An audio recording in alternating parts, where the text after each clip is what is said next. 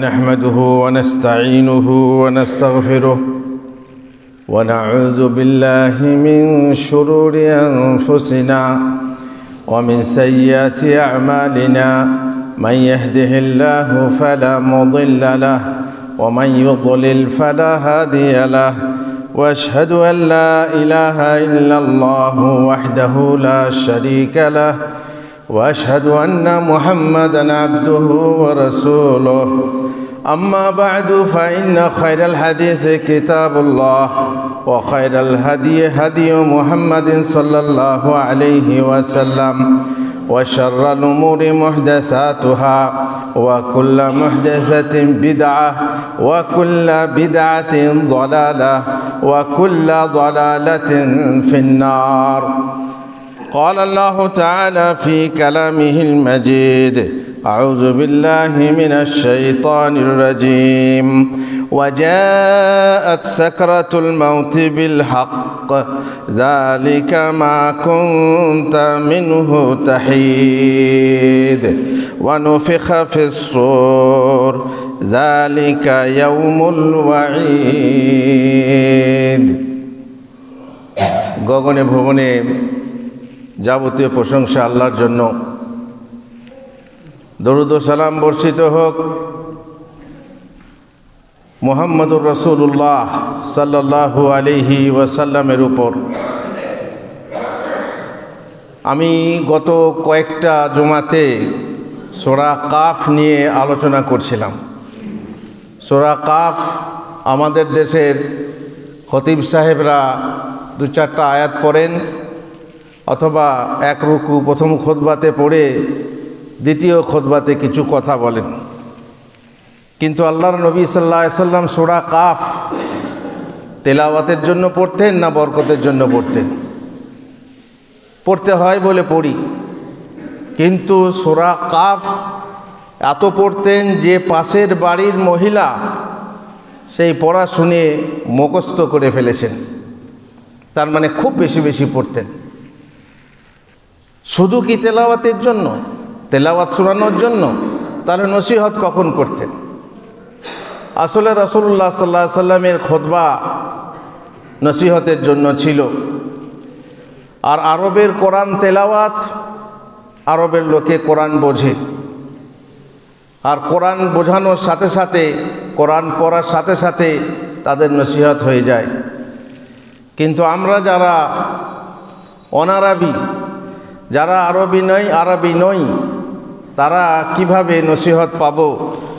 সূরা কাফের মধ্যে শুধু যদি তেলাওয়াত হয় আর 15 মিনিট থেকে 10 মিনিট খুতবা বাংলায় হয়, তাহলে নসিহতটা সারা খুতবায় না পেয়ে সামান্য একটা অংশে আমরা পেয়ে থাকি, আর সেটা আমাদের জন্য যথেষ্ট নয়। এই জন্য অনেক জায়গাতে 1 ঘন্টা খুতবা হয়, পৌনে 1 ঘন্টা খুতবা হয়, কারণ সূরা কাফ পড়েই তো আধ ঘন্টা বা 15 মিনিট চলে যায়। তারপরে সূরা কাফ আবার গোটা পড়া হয় না, বুঝলাম সামান্য পড়লেও হবে, কিন্তু সূরা কাফ পড়ার মকসদটা কি, উদ্দেশ্যটা কি? নসিহত করা, আর তার থেকেই আমরা বঞ্চিত থাকি, শুধু কাফ আল কোরআনিল মাজিদ শুনি। আল্লাহুল মুস্তাআন। শুরু করেছিলাম, তারই কিছু বাকি আছে বা অনেক বাকি আছে। 19 নম্বর আয়াত আল্লাহ তাআলা বলছেন ওয়াজাআত সাকরাতুল মাউতি বিল হক যালিকা মা কুনতা মিনহু তাহিদ।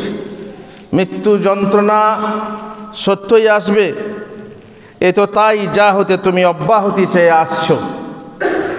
মৃত্যু যন্ত্রণা এত কঠিন, যার ফলে মানুষের রূহ বেরিয়ে যাবে, চলে যাবে, এত কঠিন।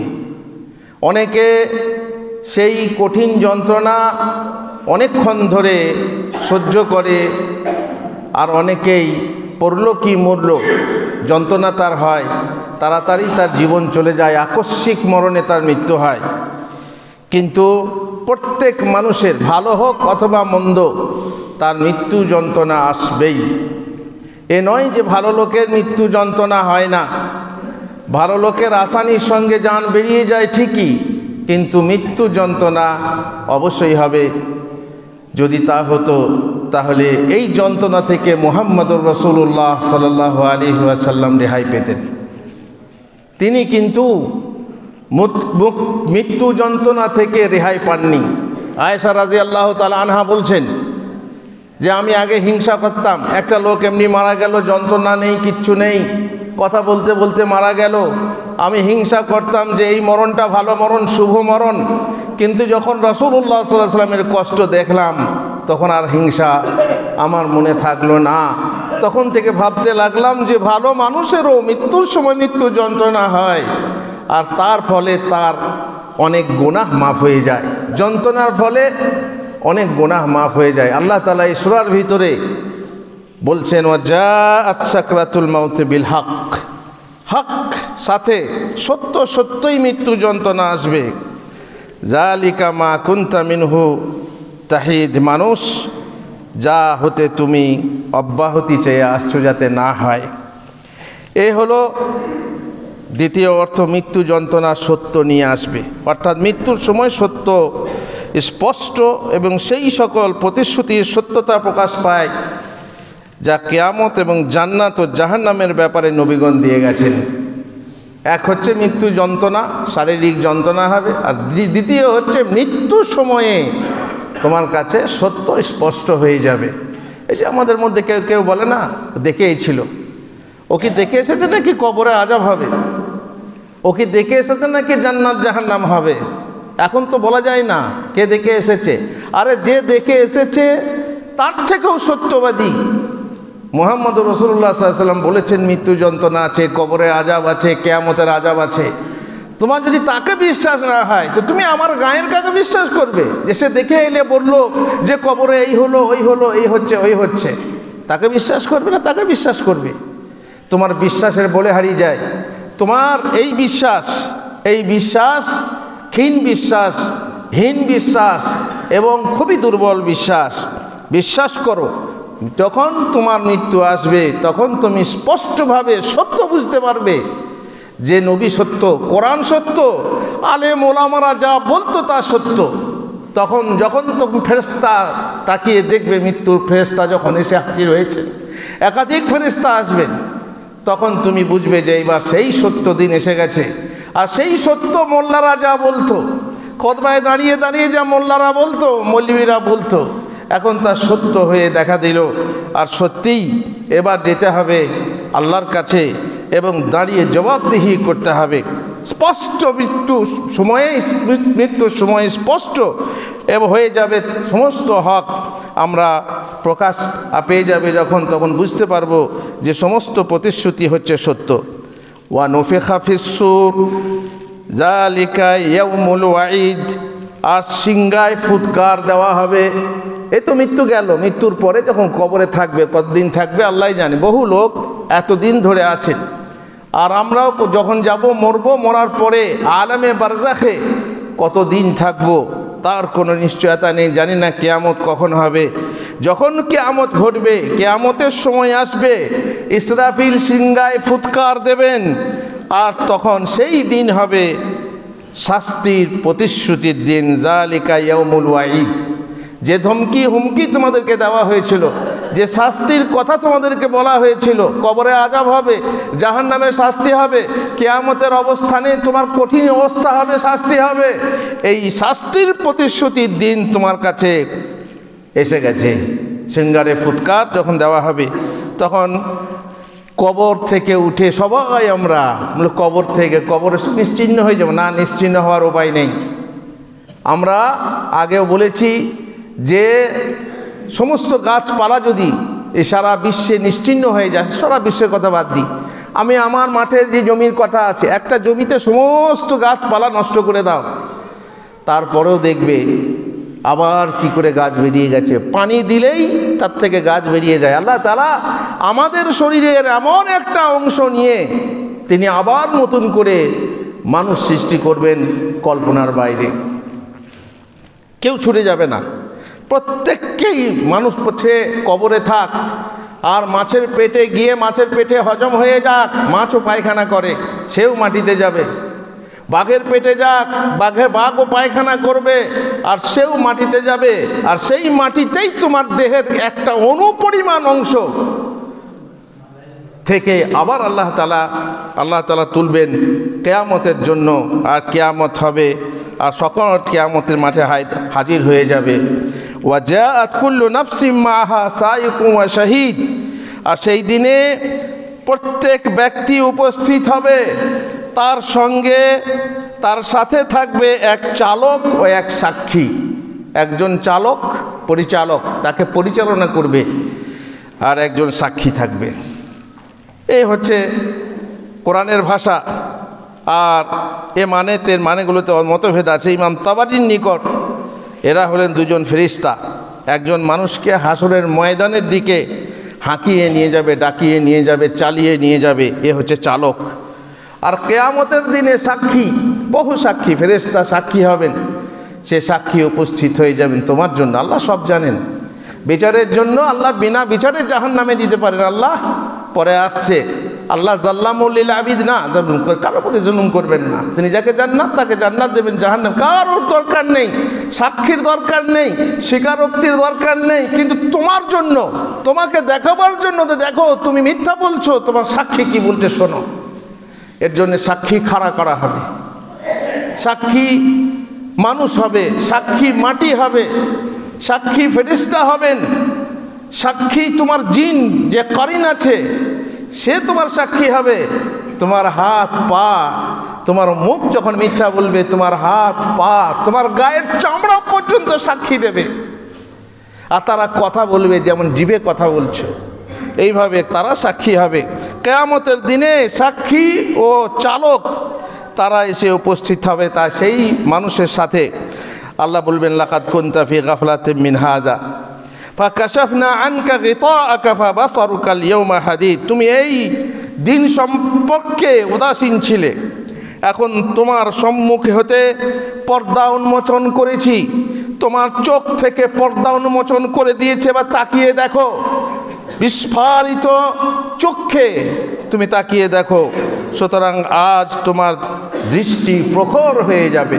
এ নয় চালছে লেগেছে, এ নয় যে দেখতে পাচ্ছ না, ঝাপসা দেখছো, বরং প্রখর দৃষ্টিতে তুমি তাকিয়ে দেখো কি হতে চলেছে। ফেরেশতা মানুষের সমস্ত রেকর্ড সামনে রেখে দেবেন এবং বলবেন, এটা হলো তোমার কর্মতালিকা, আমলনামা যা আমার কাছে ছিল।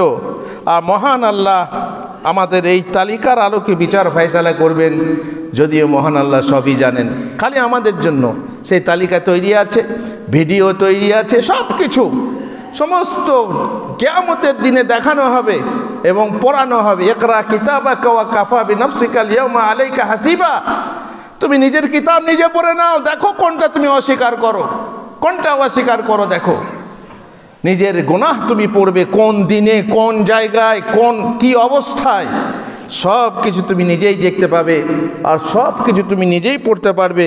আর নিজের হিসাব তুমি নিজে, অঙ্ক নিজেই কষতে পারবে। এরপরে ওয়াকালা কারিনুহু, তার সঙ্গী, তার সহচর বলবে, হাযা মা লাদাইয়া আতীদ। ফেরেশতা সঙ্গী, এখানে সঙ্গী বলতে সঙ্গী ফেরেশতা, কারিন। লিকুল্লি ইনসানিন কারিনান, প্রত্যেক মানুষের দুটো কারিন থাকে। কারিন মানে হচ্ছে সঙ্গী, সহচর। এই যে কেরামান কাতেবিন, এরা এর কথা বলছি না, কেরামান কাতেবিন আলাদা, এরা হচ্ছেন লেখক ফেরেশতা। তারা পুণ্য লিখছেন, পাপ লিখছেন। কিন্তু এখানে কারিন বলতে পৃথক এক সঙ্গী ফেরেশতা, যিনি থাকেন আল্লাহর তরফ থেকে বান্দাকে সৎ পথে, ভালো পথে পরিচালিত করেন। আরেকটা কারিন মিনাল জিন, জিন থেকে শয়তান এক কারিন থাকে, সঙ্গী থাকে, যে কিন্তু তাকে খারাপ পথে পরিচালিত করতে চায়। দুটো কারিন থাকবে। এখানে ফেরেশতা কারিন, যিনি ভালো পথে চালান, তিনি বলবেন, এই তো আমার নিকট আমলনামা প্রস্তুত। এই দেখো তোমার আমলনামা কি হয়েছে, কারিন হিসাবে। এখানে কেউ বলতে পারেন যে ওই ফেরেশতাই কেরামান কাতেবিন, হতে পারে, আমি বলতে পারবো না। কিন্তু তোমার আমলনামা প্রস্তুত আমার কাছে ছিল, এই দেখো তোমার আমলনামা, তুমি বুঝে নাও, তুমি পড়ে নাও। আল্লাহ তাআলা বলবেন, আল কিয়া ফি জাহান্নামা কুল্লা কাফারিন আনিদ। তোমরা, তাদের আদেশ করা হবে, তোমরা উভয়ে, দুটো কারিনকেই বলা হবে, নিক্ষেপ করো জাহান্নামে প্রত্যেক উদ্ধত অবিশ্বাসীকে, যার মনে বিশ্বাস ছিল না, যে আল্লাহ সম্পর্কে সন্দেহ করত, আল্লাহ সম্পর্কে অসত্য জ্ঞান করত, আল্লাহ সম্পর্কে কুধারণা করত, এই উদ্ধতদেরকে, কাফেরদেরকে জাহান্নামে নিক্ষেপ করো। মান্নাইল লিল খাইরি মুতাদিম মুরিব, কল্যাণকর কাজে প্রবল বাধাদানকারী ছিল, সীমা লঙ্ঘনকারী ও সন্দেহ পোষণকারী ছিল। আল্লাযী জাআলা মা আল্লাহি ইলাহান আখারা ফাআলকিয়াহু ফিল আযাবিশ শাদীদ, যে ব্যক্তি আল্লাহর সাথে অন্য উপাস্য গ্রহণ করত তাকে কঠিন শাস্তিতে নিক্ষেপ করো। এই বলে আদেশ দেওয়া হবে জাহান্নামে ওদেরকে ফেলো। বাকি কথা বাকি, পরে হচ্ছে পরের খুতবায়। আল্লাহ তাআলা আমাদেরকে তৌফিক দেন, আমাদেরকে যেন হিদায়াত করেন। বারাকাল্লাহু লি ওয়া লাকুম ফিল কোরআনিল আযীম ওয়া নাফা'নি ওয়া ইয়্যাকুম বিল আয়াতি ওয়া যিকরিল হাকীম। ইন্নাহু তাআলা জাওয়াদুন কারীমুম মালিকুম বাররুর রাউফুর রাহিম।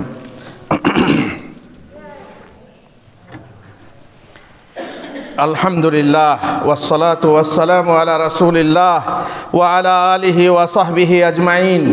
তারপরে কালা কারিনুহু রব্বানা মা আতগাইতুহু। এবারে তার কারিন, দ্বিতীয় কারিন বলবে। দ্বিতীয় কারিনকে শয়তান। এ শয়তান বলবে, হে আমাদের প্রতিপালক, আমি তাকে অবাধ্য হতে প্ররোচিত করিনি, আমি তাকে বাধ্য করিনি তুই খারাপ হ, আমি তাকে বলিনি যে তুই আমার সাথে চলবে, বিচার কর, মদ খা, আমি তাকে বলিনি তুই নামাজ পড়িস না, বরং আমি খালি ইঙ্গিত করেছি। শয়তানের কাজ যেমন প্রায় আমরা শুনি আলেম ওলামাদের কাছ থেকে, শয়তানের কাজ খালি ইঙ্গিত ইশারা। জাহান্নামে গিয়ে শয়তান ভাষণ দেবে, ভাইরা আমার শোনো, আমি তোমাদেরকে টেনে নিয়ে আসিনি জাহান্নামে। আর জাহান্নামীরা কিন্তু শয়তানকে দোষ দেবে, এই শয়তান আমাদেরকে জাহান্নামে নিয়ে এসছে, শয়তানের দোষ দিও না, আমি তোমাদেরকে বাধ্য করিনি, আমি যে তোমাদের হাতে ধরে আনিনি, আমিও জাহান্নামে তোমরাও জাহান্নামে, সুতরাং তোমরা আমাকে আমার নিন্দা করো না, নিজেকে নিজের নিন্দা করো। তুমি নিজে ভুল করেছো, নিজে পথ ধরেছো, মানুষ বললো আর কুসমন্ত্র শুনলে আর চলে গেলে, এটা তো তোমার এখতিয়ার ছিল, সুতরাং আমার দোষ দিও না। এইভাবেই এখানে শয়তান আল্লাহর সামনে বলবে যে আল্লাহ আমি ওকে প্ররোচিত করিনি। শয়তানের কাজ সেই একটা গল্প সবারই জানা আছে, বলা হয়েছে যে রসগোল্লার ঝোল লাগিয়ে দেওয়া, রসগোল্লা দেওয়ালে ঝোল লাগিয়ে দিল, তারপর সেখানে এসে বলতা বসলো, তাই বলতা দেখে টিকটিকি এলো, তারপর টিকটিকি সেটাকে কী বলে, টিকটিকি কুকুর এসেছিল পুলিশের সাথে, সে কুকুর টিকটিকি দেখে লাফ দিল, রসগোল্লার গামলাতে পড়ে গেল, আর দোকানদারের সাথে পুলিশে বর্ষা হলো, মারামারি হলো, শেষ পর্যন্ত কেটে গেল। শয়তান কি করেছিল, খালি সকালে একটু ঝোল দেওয়া, খালি রসগোল্লার ঝোল দেওয়া, এইভাবে মানুষকে প্ররোচিত করে এমন সামান্য ফুসমন্ত্র দিয়ে ব্যাস সরে পড়ে, আর মানুষ বাকিটা করে। আর সেখানে শয়তান বলবে যে দেখো আমি ওকে অবাধ্য হতে প্ররোচিত করিনি, বস্তুত সে নিজেই ছিল ঘোর বিভ্রান্তি, ঘোর বিভ্রান্ত ছিল, ঘোর বিভ্রান্তিতে ছিল। ওয়ালাকিন কানা ফি দালালিন বাঈদ, এই জন্য সে সত্যর আমার কথা মেনে নিয়েছিল। সে যদি তোমার একনিষ্ঠ বান্দা হতো তাহলে সে আমার ফাঁদে পা দিত না, কারণ আল্লাহর ওয়াদা আছে ইল্লা ইবাদাল্লাহিল মুখলাসিন, যে খালিস বান্দা হবে, খাঁটি বান্দা হবে, তাকে শয়তান কোনোদিন ভ্রষ্ট করতে পারবে না। ইন্নাহু লাইসা লাহু ওয়ালিয়ুন আলা ইল্লাহু লাইসা লাহু সুলতানুন আলাল্লাযিনা যারা আল্লাহর উপরে ভরসা করে, আল্লাহর উপরে ভরসা করে, তাদের উপরে শয়তানের কোনো আধিপত্য নেই। কিন্তু শয়তানকে যে নিজের বন্ধু মেনে নেবে, শয়তানির আহ্বানে যে চট করে সাড়া দেবে, কেবল তাদেরই উপরে শয়তানের আধিপত্য আছে।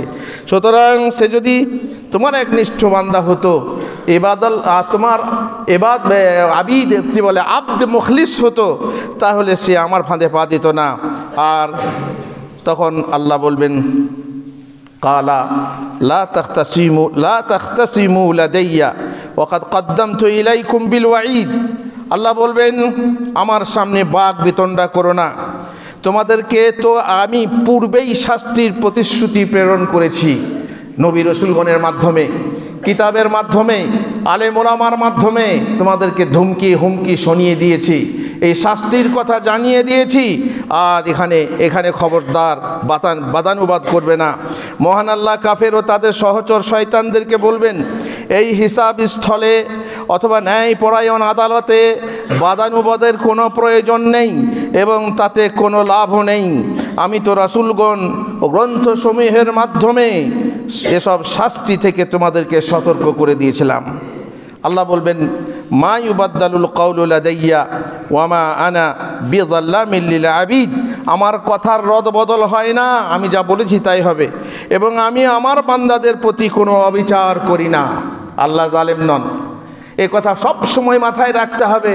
আল্লাহ আমার হাঁসগুলি নিয়ে নিল, আর বাকি সবারই হাঁস রয়েছে। আল্লাহ আমার ধানেই যত কিছু হলো, আর অন্যের ধান ঠিক আছে, আমার ছেলেকেই দেখতে পেলো, অন্যের ছেলেরা ঠিক, এই সব কিছু চলবে না। আল্লাহর জুলুম নেই। যদিও তুমি মনে করো যে আল্লাহর প্রতি তোমার অধিকার আছে, আসলে কোনো অধিকার নেই। এই অধিকার থাকলেই তুমি মনে করবে যে আল্লাহ আমরা জুলুম করছে, কিন্তু আল্লাহ জালেম নন। আল্লাহ যাকে জাহান্নামে দেবেন জুলুম না, আল্লাহ যাকে গুমরাহ করবেন জুলুম না, এটাই হচ্ছে ইনসাফ, বরং সেই তার উপযুক্ত ছিল বলে আল্লাহ করেছেন। সুতরাং এখানে আল্লাহ তাআলার বাণী পরিবর্তিত হবে না, সেসব অঙ্গীকার আমি করেছি, আর বিপরীত কিছুই হবে না, বরং তা সর্বাবস্থায় পূর্ণ হবেই। এবং এই নীতি অনুসারে তোমাদের জন্য আমার পক্ষ থেকে শাস্তির ফায়সালা রয়েছে, যাতে কোনো পরিবর্তন হতে পারে না। আর এরকম হতেই পারে না যে বিনা অপরাধে যা তোমরা করনি এবং বিনা পাপে যা তোমরা সম্পাদিত করনি আমি তা তোমাদেরকে শাস্তি দিয়ে দেব, এমন হতে পারে না। নিশ্চয়ই তুমি তার উপযুক্ত ছিলে, এই জন্যই তুমি তার শাস্তি পাবে। অতএব এখানে আর পস্তানি নেই, এখানে আমার আরেকবার ফিরিয়ে দাও এটা নেই।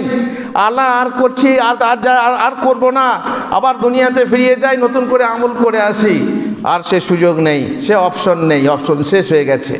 যত বলার বলে দেওয়া হয়েছে, তখন তোমরা বিশ্বাস করনি আর ঈমান আননি, যার ফলে আল্লাহ বলছেন, ইয়াউমা নাকুলু লি জাহান্নামা হালিম তালাতি ওয়া তাকুলু হাল মিন মাজিদ। আল্লাহ তাআলা জাহান্নামকে বলবেন, জাহান্নামে ভরে দেবে সমস্ত মানুষ যারা জাহান্নামের উপযুক্ত, জাহান্নামে ভরে দেওয়া হবে। সেদিন আমি জাহান্নামকে জিজ্ঞেস করব, তুমি কি পূর্ণ হয়ে গেছো? তুমি কি পরিপূর্ণ হয়ে গেছো? এই জাহান্নাম, তোমার কি পেট ভরলো? জাহান্নাম বলবে, আরও আছে কি? হাল মিন মাজিদ, আরও আছে কি? তখন আল্লাহ তাআলা নিজের পা ভরে দেবেন। পা মানে পায়ের পাতার কথা এসেছে, পায়ে ভরে দিলে জাহান্নাম তখন নিজে সংকুচিত হয়ে যাবে, আর তখন বলবে কাত কাত, বাস যথেষ্ট যথেষ্ট। আল্লাহ তাআলার পা ভরে দেওয়া, পা কি জিনিস জানি না, পা মানে পা, কিন্তু সেই পা আমাদের পায়ের মতো না জানি না, কারণ আল্লাহর পা আল্লাহ পায়ের মতো, সুতরাং সে নিয়ে চিন্তা ভাবনা দরকার নেই। আল্লাহর পা ভরে দেবেন আর জাহান্নাম সংকুচিত হয়ে যাবে। যেহেতু আল্লাহ বলেছেন, লামলান্না জাহান্নামা মিনাল জিন্নাতি ওয়ান নাসি আজমাইন, আমি জাহান্নামকে পরিপূর্ণ করব জিন এবং ইনসান দিয়ে। জিন ও ইনসান দিয়ে। বলুন, তা জিন তো আগুনের তৈরি বলেন, তো আবার আগুনে আগুন কি করে পুড়বে? জিন তো আগুনের তৈরি, তো আবার জাহান্নামের আগুনে আগুন কি করে পুড়বে? মানুষ তো মাটির তৈরি, তো হলেও মানুষ মাটি দ্বারা আঘাতপ্রাপ্ত হয়, মাটি দিয়ে, মাটির ইঁট দিয়ে কিংবা মাটির ঢেলা দিয়ে মাথা ফুটিয়ে দেওয়া হয়, তেমনি আগুন দিয়ে আগুনকে শাস্তি দেওয়া হবে। আল্লাহ তাআলা তাদের শরীর সেই রকম তৈরি করে দেবেন যাতে তারা শাস্তি ভোগ করে, জিন আর মানুষ তো মানুষই।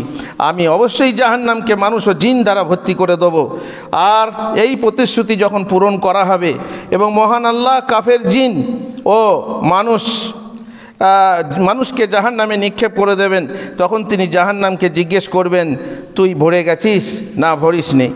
এসে উত্তরে বলবে, আরও আছে কি, অর্থাৎ যদিও আমি ভরে গেছি, কিন্তু হে আল্লাহ, তোমার শত্রুদের জন্য আমার উদর আরও ঢোকার মতো স্থান আছে আমার উদরে।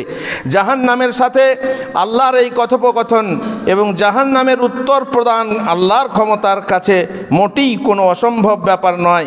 হাদিসেও এসেছে যে আগুনে মানুষদেরকে নিক্ষেপ করা হবে আর জাহান্নাম বলবে যে হাল মিন মাজিদ, আরও আছে কি? এমনকি জাহান্নামে মহান আল্লাহ তার পা রেখে দেবেন, ফলে জাহান্নাম বলবে কাত কাত, অর্থাৎ বাস বাস যথেষ্ট। আর পক্ষান্তরে জান্নাত সম্পর্কে এসেছে, সেখানে তখনও খালি জায়গা থাকবে। তাই তার জন্য আল্লাহ নতুন সম্প্রদায় সৃষ্টি করবেন, যার দ্বারা তিনি পরিবর্তন সেটাকে পরিপূর্ণ করবেন কিয়ামতের দিনে। কথা অনেক কিছু, এখনও বাকি রয়ে গেছে। আর আমরা ইনশাআল্লাহ আগামীতে জান্নাতের কথা এবারে আসছে, পরবর্তী খুতবাতে জান্নাতের কথা বলবো। এখানে জাহান্নামের এই পর্যন্তই। জাহান্নামকে পরিপূর্ণ করা হবে জিন ইনসান দিয়ে। ওয়ালাকাদ যারানা জাহান্নামা ওয়ালাকাদ যারানা লি জাহান্নামা কাসীরাম মিনাল জিন্নি ওয়াল ইনস লাহুম কুলুবুন লা ইয়াফকাহুনা বিহা। বহু জিন এবং মানুষকে দিয়ে আমি জাহান্নামকে পরিপূর্ণ করব, বহু মানুষকে দিয়ে। সবাই না, সবাই জাহান্নামে যাবে তা না, আবার সবাই ডাইরেক্ট জাহান্নাম গিয়ে চিরস্থায়ী থাকবে তা না, বেশিরভাগ চিরস্থায়ী থাকবে। কিন্তু কিছু মোমেন থাকবে, তারা কিছুকাল জাহান্নামে থাকবে। কিছুকাল জাহান্নামে না থাকলেও জাহান্নামের ব্রিজের ওপরে পার হতে গিয়ে জাহান্নামের আস্বাদন দেখতে পাবে, বুঝতে পারবে। কিছু মানুষ এমন হবে, আর যারা কিছুই বুঝতে পারবে না, জাহান্নামের ওপর দিয়ে পার হয়ে যাবে। জাহান্নামের ওপর দিয়ে ব্রিজ পার হলেই জাহান্নাম দেখতে পাবে, আর জাহান্নাম তাকে স্পর্শ করবে। এই জন্য বলা হয়েছে কোরআনের আয়াতে যে এমন কেউ নেই যাকে জাহান্নাম স্পর্শ করবে না, যেহেতু ব্রিজের ওপরে পার হতে হবে। সুতরাং জাহান্নামকে আমি তৈরি করেছি কি অনেক মানুষ এবং জিনের, যারা কাদের কীরকম মানুষ, লাহুম কুলুবুন লা ইয়াফকাহুনা বিহা, যাদেরকে আমি অন্তর দিয়েছিলাম কিন্তু অন্তর দ্বারা বোঝে না। ওয়ালাহুম আয়ুনুন লা ইবসিরুনা বিহা, তাদেরকে আমি চোখ দিয়েছিলাম কিন্তু চোখ দিয়ে দেখেনি আবার বহু কিছু দেখেছে। আরে বাবারে, সারা দিন দেখতে দেখতে চোখ খারাপ হয়ে যাচ্ছে, দেখতে পাচ্ছি না, চশমা লাগিয়ে চোখে অপারেশন করে দেখছে, তাও কেন তারা দেখে না? যেটা দেখার জিনিস সেটা দেখে না, যেটা দেখার জিনিস সেটা দেখে না। আর যেগুলো অদেখা জিনিস সেইগুলো তারা দেখেছে, যেগুলো দেখা যাবে না দেখা সেইগুলো তারা দেখেছে। এইরকম মানুষ বোঝে না তা নয়, সব বোঝে, 2 আর 2 4।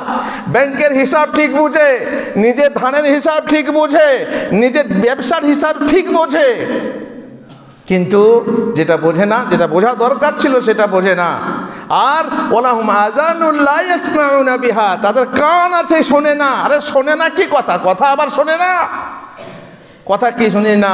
বাপরে বাপ, গরুটা নিয়ে যা রে, যেচি গো যেচি। তারপরে আবার বলল যা রে নিয়ে যা, যেচি গো যেচি। তারপরে আবারও বলল যায় না।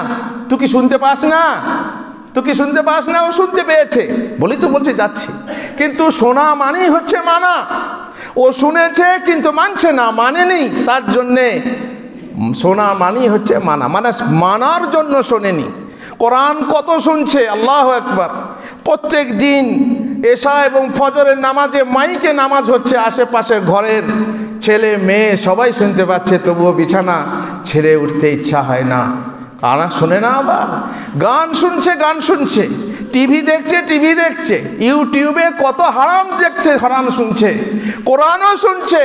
কোরআনও শুনছে, কিন্তু শোনা ওই রকম শোনা, যেচি গো যেচি। তার মানে কি? মানছি না, শুনছি কিন্তু মানছি না। তাছাড়া এত সুন্দর আওয়াজ ঘরে আশেপাশে যাচ্ছে, অথচ তারা বিছানা ছেড়ে মসজিদে আসছে না, কিংবা অন্ততপক্ষে বাড়িতে বসেই নামাজটাও পড়ছে না।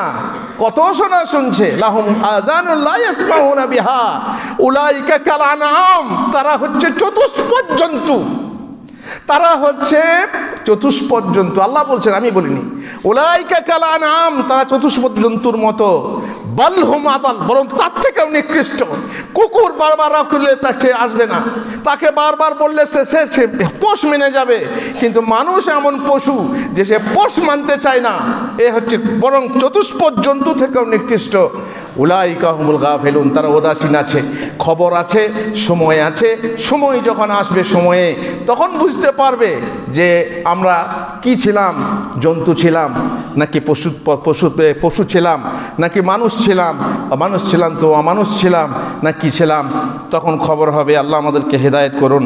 আল্লাহুম্মা সাল্লি আলা মুহাম্মদ ওয়া আলা আলি মুহাম্মদ কামা সাল্লাইতা আলা ইব্রাহিমা ওয়া আলা আলি ইব্রাহিমা ইন্নাকা হামিদুম মাজিদ। আল্লাহুম্মা বারিক আলা মুহাম্মদ ওয়া আলা আলি মুহাম্মদ কামা বারাকতা আলা ইব্রাহিমা ওয়া আলা আলি ইব্রাহিমা ইন্নাকা হামিদুম মাজিদ। ربنا آتنا في الدنيا حسنة وفي الآخرة حسنة وقنا عذاب النار.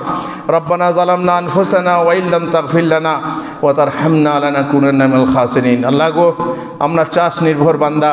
আল্লাহ, তুমি আমাদের চাষে বরকত দাও, আমাদের ফলে ফুলে ধানে ধনে বরকত দাও, তুমি আমাদের উপার্জনে বরকত দাও, তুমি আমাদেরকে অতিবৃষ্টি ও অনাবৃষ্টির হাত থেকে রক্ষা করো।